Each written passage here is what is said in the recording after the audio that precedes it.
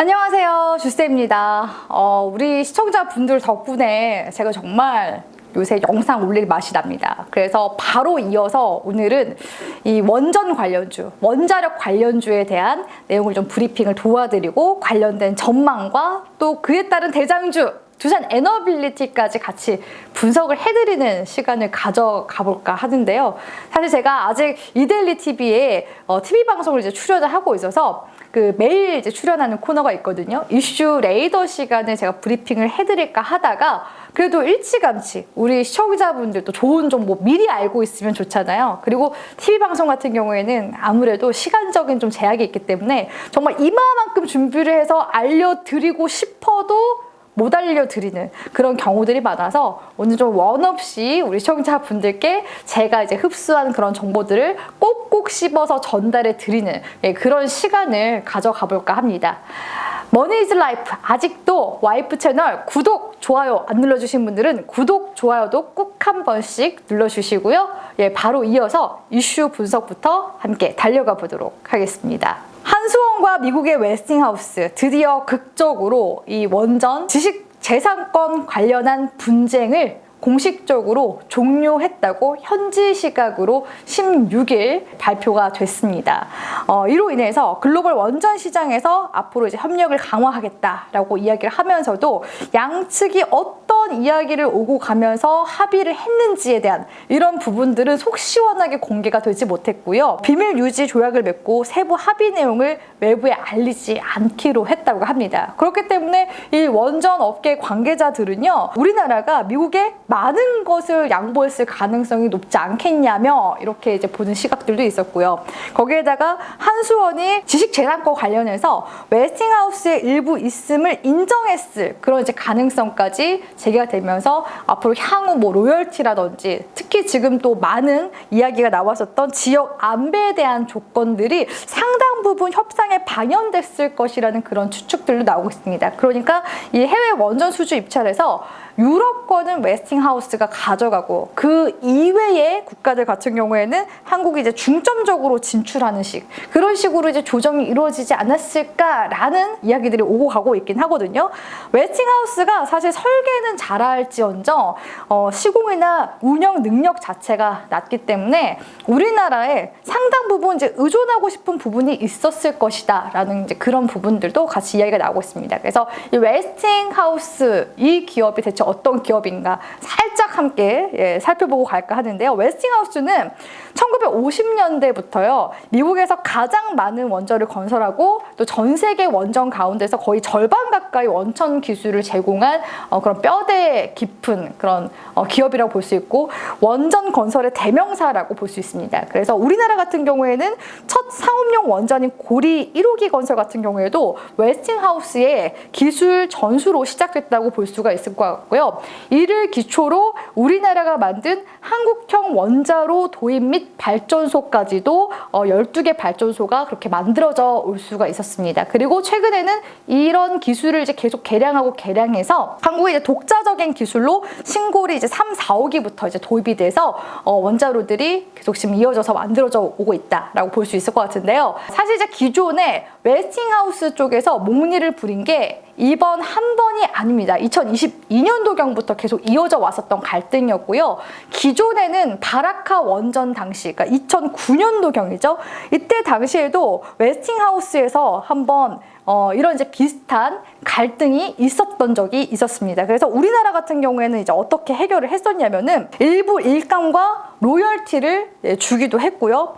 거기에다가 냉각제나 펌프, 터빈 등을 웨스팅하우스로부터 구매를 해주면서 그 원전 예산 186억 달러 가운데 약 20달러 정도의 비용을 웨스팅하우스에 지불을 하기도 했었습니다. 그리고 이제 이후에 2022년도에 웨스팅하우스에서 주장하는 내용들은 다음과 같다라고 볼 수 있을 것 같은데요. 한수원이 체코에 수출할 원전의 원천 기술이 자신들 것이고 또한 한수원은 이 기술을 바탕으로 만든 원전을 제3자에게 팔거나 사용할 권리가 없고 따라서 이번 체코 수출처럼 제3자에게 판매하기 위해서는 웨스팅하우스의 허락이 필요하지만 그러지 않았다. 라는 이제 부분들을 들기도 했었습니다. 그래서 앞서 말씀드렸다시피 이 원천 기술 자체는 웨스팅하우스의 것이 맞긴 하지만 한수원 쪽에서 주장하는 것은 다 모두 다 개량 작업을 거치면서 만든 한국의 독자 기술이다라는 그런 주장을 해오기도 했었죠. 사실 더 큰 문제는 수출 절차라고 볼 수가 있을 것 같은데요. 이 원전 같은 경우에는 미국 에너지부의 수출 통제 절차를 거쳐야 되는데요. 미국과 원자력 협정을 맺은 나라로 수출을 할 때에는 신고만 하면 된다고 합니다. 그런데 신고 주체는 기술을 가진 미국 기업이어야 되거든요. 이 때문에 실제로 한수원이 이 체코 원전 사업 입찰 관련 서류를 냈었을 때 미국 에너지부 쪽에서는 관련 규정에 따라서 미국 법인이 신고서를 제출해야 된다라면서 이 한수원을 돌려보내기도 했었습니다. 그럼에도 불구하고 이 한수원 쪽에서 체코 입찰건에 참여를 하게 된 거였죠. 그래서 웨스팅하우스가 이 지점에서 버텨서 신고를 지금 해주지 않고 있었던 그런 상황이었다고 볼 수가 있을 것 같은데요.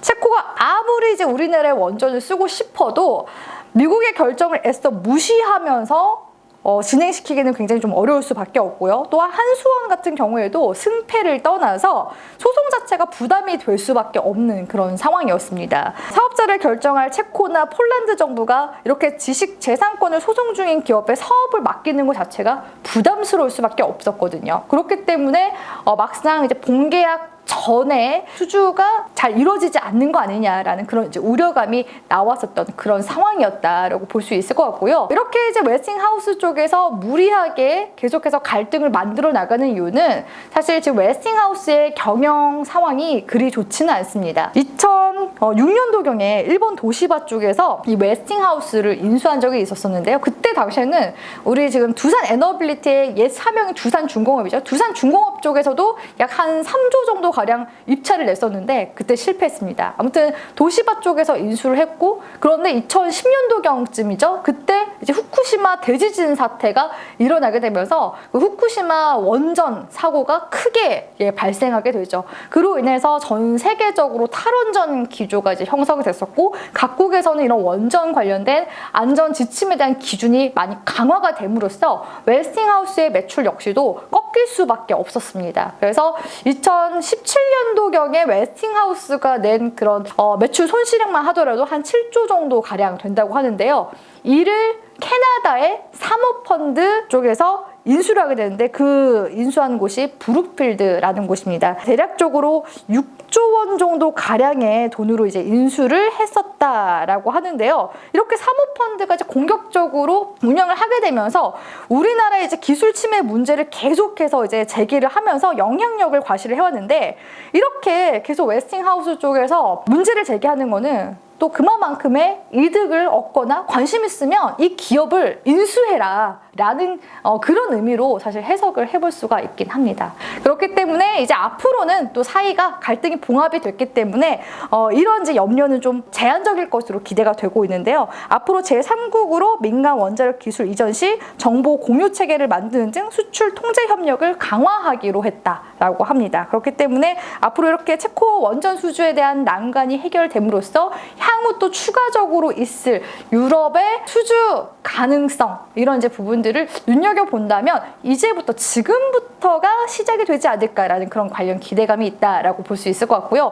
그렇기 때문에 이제 우리나라의 원전 대표 기업인 두산 에너빌리티를 주목을 하셔야 된다라는 거고, 대표적인 제가 대장주를 분석을 해드리는 거지 그 외에 뭐 원전과 관련된 기자재 이런 기업들도 주가가 따라서 움직임이 나와주게 될 가능성이 높고요. 두산 에너빌리티는 아무래도 무겁잖아요. 그 외에 이런 중소형 기업들이 훨씬 더 변동성은 잘 나오게 될 가능성이 높습니다. 근데 그럼에도 불구하고 투자용으로 본다 한다면 단연 이제 두산 에너빌리티 보셔야 된다라고 말씀을 드리고 싶은데요. 이 두산 에너빌리티 같은 경우에는 체코 수주전에 있어서 팀코리아 일원 중에 한 곳이기도 합니다. 이 팀코리아가 한전기술, 한국원자력연료, 그리고 한전 KPS, 또 두산 에너빌리티, 대우건설이 이렇게 또 팀코리아 멤버로 있는 상황이라고 볼 수 있을 것 같고, 아무튼 이렇게 체코 원전 최종 수주 가능성, 지금 3월 달이 본계약이거든요. 임박한 만큼 관련 기대감이 여전히 유효하다 이렇게 볼 수 있을 것 같고, 최종 수주까지 만약에 이렇게 성사하게 되면요, 두산그룹 입장에서는 이 두산그룹이 뭔가 이렇게 살아날 수 있을 그런 이제 신호탄, 부활의 시도탄이 되게 될 가능성도 높습니다. 사실 기존에 두산 같은 경우에는 한동안 상황이 좀 안 좋기도 했었거든요. 이 두산에게 있어 원전 사업 같은 경우에는요, 두산그룹 자체의 위기를 초래한 그런 여러 가지 원인 중 하나이기도 한데요. 앞서 말씀드렸었던 후쿠시마 원전 사태로 인해서 우리 국내도 2010년대 그 당시에 탈원전 기조로 인해서 두산중공업 자체가 실적이 굉장히 악화됐었던 때가 있었습니다. 2014년도부터 약 2020년까지 연속으로 연간 단기 순손실을 겪기도 했고요.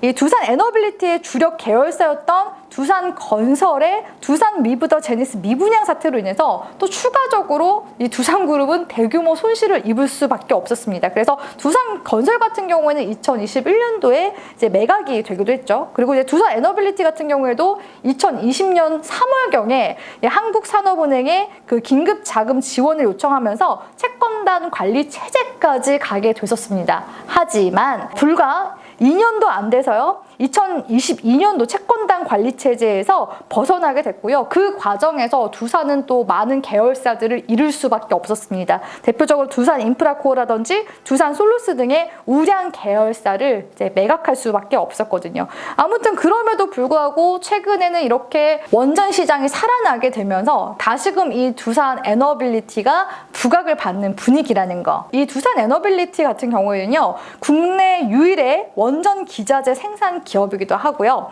또한 이제 원전 핵심 설비로 꼽히는 원자로라든지 발전 터빈 등 원전 주기기를 국내에서 사실상 독점 생산하고 있는 곳이기도 합니다. 그렇기 때문에 당연제 대장주로 제가 계속 말씀을 이제 드리는 부분이고요. 거기다가 이제 업계에서는 이번에 그 체코 원전 수주가 단일 계약 수주 이상의 의미를 지니지 않을까라는 그런 부분들을 기대를 하고 있는데요. 체코 원전 수주에 성공하게 되면 앞으로 뭐 정권 교체마다 항상 이렇게 뭐 탈원전 기조로 갔을 때 뭐 타격받고 그랬었는데, 그런 부분들을 상쇄를 하면서 안정적으로 이제 해외에서 매출을 창출할 수 있을 것이다 라는 이제 그런 부분들이 긍정적이라고 볼 수가 있을 것 같고요. 또한 그 유럽 권역 국가에서 이번에 입찰 기업으로 참여한 곳 중에서 프랑스 EDF라는 곳도 있거든요. 이 프랑스 EDF를 제치고 사업을 따낸 것도 상징하는 바가 크다고 하더라고요. 팀코리아가 만약에 이렇게 최종 수주 계약을 체결하게 되면요, 이렇게 앞으로 이제 부활하고 있는 EU 그 원전 시장에서 팀코리아의 위상이 당연히 높아질 수밖에 없습니다. 지금 유럽 쪽에서는 러시아 우크라이나 전쟁 등으로 인해서 지금 자원도 굉장히 좀 불확실성이 큰 그런 상황인데다가 탈탄소 압박으로 인해서 원전을 이제 탈탄소에서 원전 부활로 지금 계속 방향을 선회하고 있는 중이기도 하거든요. 대표적으로 35년간 탈원전 국가였던 이탈리아 역시도 2050년까지 전체 전력 소비량의 11% 이상을 원전에 맡길 것이라고 이야기하기도 했었고요. 스웨덴 같은 경우에도 40년 이상 유지해온 탈원전 기조를 포기를 하고 앞으로 2045년까지 10개의 원전을 확보하기로 했습니다. 끝으로 영국 역시도 원자력청을 신설하고 2050년까지 원전 용량을 4배 정도 확충한다는 그런 계획을 세웠습니다. 이처럼 지금 유럽 쪽에서 추가 수주에 대한 잠재 가능성이 굉장히 커진 상황이라는 거. 그렇기 때문에 이 두산 에너빌리티 같은 경우에는 자회사 중에서 두산 스코다 파워라고 그 체코의 그런 원자력 법인을 기존에 2009년도경이었나요? 그때 인수를 한번 한 적이 있었거든요. 이 두산 스코다 파워를 유럽의 딱 그 거점 교두보를 이제 마련해서 지금 최근에는 이 체코 쪽에서 지금 IPO까지도 추진을 하고 있는 중이라고 합니다. 그러니까 체코의 프라하 증권거래소죠.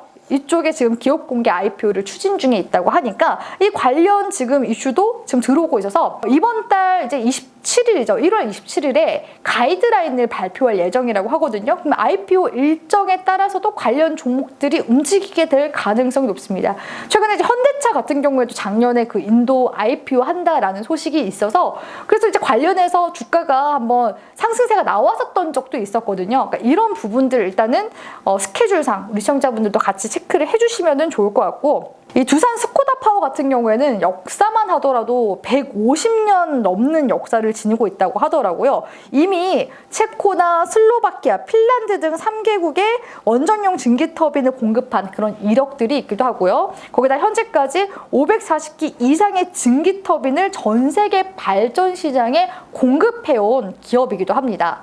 여기다 두산 에너빌리티는 이 두산 스코다 파워의 여러 가지 그런 특허들을 활용을 해서요. 보일러라든지 터빈 분야에서 계속해서 이제 해외 진출을 공격적으로 해왔었고요. 반면에 발전기 분야 같은 경우에는 특허 문제로 인해서 해외 진출이 쉽지 않았던 그런 상황입니다. 근데 이번에 체코 원전 수주를 계기로 해서 두산 그룹 쪽에서 두산 스코다 파워의 발전기 기술을 이전하기로 했다라고 하는데요. 약 2천억 규모의 그런 투자금을 들여서 기술 이전을 한다고 합니다. 그래서 만약에 이렇게 기술 이전이 완료되면요. 두산 스코다 파워 같은 경우에는 원전 내 전기 생산을 담당하는 2차 계통 주기기의 핵심 설비인 증기 터빈에 이어서 발전기까지 이제 생산이 가능하다라는 점. 그리고 이렇게 기술 이전이 완료가 되는 시점이 2029년도경으로 지금 예상이 되고 있는데요. 기술 이전이 완료되면은 이 SMR 있죠. 소형 모듈 원자로부터 시작해서 복합 화력 발전소 등 발전소별 발전기 자체 생산 역량을 가지게 된다고 합니다. 그렇기 때문에 이런 부분도 같이 함께 잘 보시면 좋을 것 같고요. 이 두산 스코다 파워 같은 경우에는요, 그 체코 정부가 추진하는 SMR 사업에도 적극적으로 지금 참여를 하고 있다고 하는데요. 체코 정부는 2050년까지 SMR 10기 정도 이상을 건설하겠다라는 그런 목표를 세운 만큼 앞으로 이 SMR 쪽 관련해서도 추가적인 향후 이제 매출이 나올 것으로 기대가 되는 상황입니다. 아무래도 자회사기 때문에 나중에 향후 연결 기준으로 매출이 반영이 되게 될 가능성이 높겠죠. 안 그래도 두산 스코다 파워의 작년 매출이 2,700억 원 정도로 추산이 되고 있는데요. 올해는 3,700억 정도로 조금 더 늘게 될 것으로 기대가 되는 상황입니다. 이 두산 스코다 파워의 약 70%가 그 신규 이제 공급하는 그런 물량이고 나머지 30%는 유지 보수에서 나온다고 하는데 최근에 이렇게 유럽에서 원전을 이제 재가동하는 그런 나라들이 늘고 있기 때문에 이 노후화된 원전에 대한 유지 보수까지도 앞으로 향후 또 추가적인 그런 계약들 기대가 되는 상황이라서 아무튼 이렇게 두산 에너빌리티의 자회사인 두산 스코다 파워의 IPO라든지 또 향후 이런 발전기 기술 이전 이런 이제 모멘텀도 풍부한 그런 상황이기 때문에 앞서 말씀드렸다시피 이 IPO 관련된 일정도 같이 함께 체크하면서 두산 에너빌리티의 주가를 바라보시는 게 어떻게 보면은 이제 관련 종목을 매매하시는 분들 입장에서는 좀 키포인트가 될 수 있는 그런 이제 부분이 될 수 있겠다라고서 말씀드릴 수 있을 것 같습니다. 자, 그렇다면 두산 에너빌리티 관련해서 기술적인 분석도 함께 볼까요? 두산 에너빌리티 같은 경우에는 2021년도경에 한번 주가 상승세가 강하게 나오면서 3만 원대까지 올라간 모습을 볼 수가 있는데요. 이때 같은 경우에는 그 한미 원전 협력 기대감이 한번 크게 들어왔었을 때였습니다. 그리고 이후로 약 3년 정도 좀 지지부진하게 가주는 움직임이 나왔었는데요. 그래도 작년에 이 체코 원전 수주에 대한 기대감이 들어오게 되면서 이 하락 추세선을 돌파해주는 움직임이 작년에 강하게 한번 들어왔었다고 볼 수 있을 것 같고요. 그리고 이후에 7, 8월 달이었나요? 이때 이제 체코 수주 계약을 따내게 되면서 강하게 시세가 나왔었는데 안타깝게도 두산그룹 쪽에서 분할 합병 관련된 그 지배구조 개편에 대한 그런 이야기들이 나오게 되면서 낙폭을 키우는 모습이 나왔습니다. 근데 다행히 지금은 두산그룹 쪽에서 이런 지배구조 개편 관련해가지고 철회를 한 그런 상황이죠. 그러니까 이런 이제 리스크는 이제 당분간은 좀 잠식이 되어 있는 그런 상황이기 때문에 향후 이제 있을 그 체코 수주 본계약과 더불어서 두산 스코다 파워 자회사 IPO에 대한 부분 그런 이제 부분들로 봤을 때 최근 근래 들어서 거의 전고점 구간대까지 1차적으로 주가가 올라와 준 상황이거든요. 그렇기 때문에 지금 현재 시점에서 기대할 수 있는 구간은 25,000원까지는 계속 무난하게 그러니까 작년 전고점 구간이에요. 체코 수주 소식이 나왔을 때 이번에 이제 본계약 들어가게 되니까 그렇다면은 25,000원 구간대까지는 충분히 회복 가능성이 굉장히 높은 상황이고 그리고 올해도 이제 계속해서 수주 관련된 뭐 소식이 들려오거나 입찰 관련된 또 이야기들 들려오게 된다면은 향후에는 3만 원 구간대가 2021년도 그 최고점 구간이거든요. 요 구간대까지 추가적으로 시세가 나와주게 될 가능성이 높으니까 이 두산 에너빌리티는 단순하게 우리 시청자분들이 트레이딩용 관점에서 보기보다는 말씀드렸다시피 투자용 관점으로 볼 만한 그런 대장주라는 점 체크하시면서 오늘 영상은 여기서 마무리하도록 하겠습니다. 앞으로도 계속해서 제가 유익한 영상들 많이 올려드리도록 할 테니까요. 머니즈 라이프 와이프 채널 구독, 좋아요 꼭 한 번씩 눌러주시면서 오늘 영상 마무리하도록 하겠습니다. 오늘도 시청해주셔서 고맙습니다.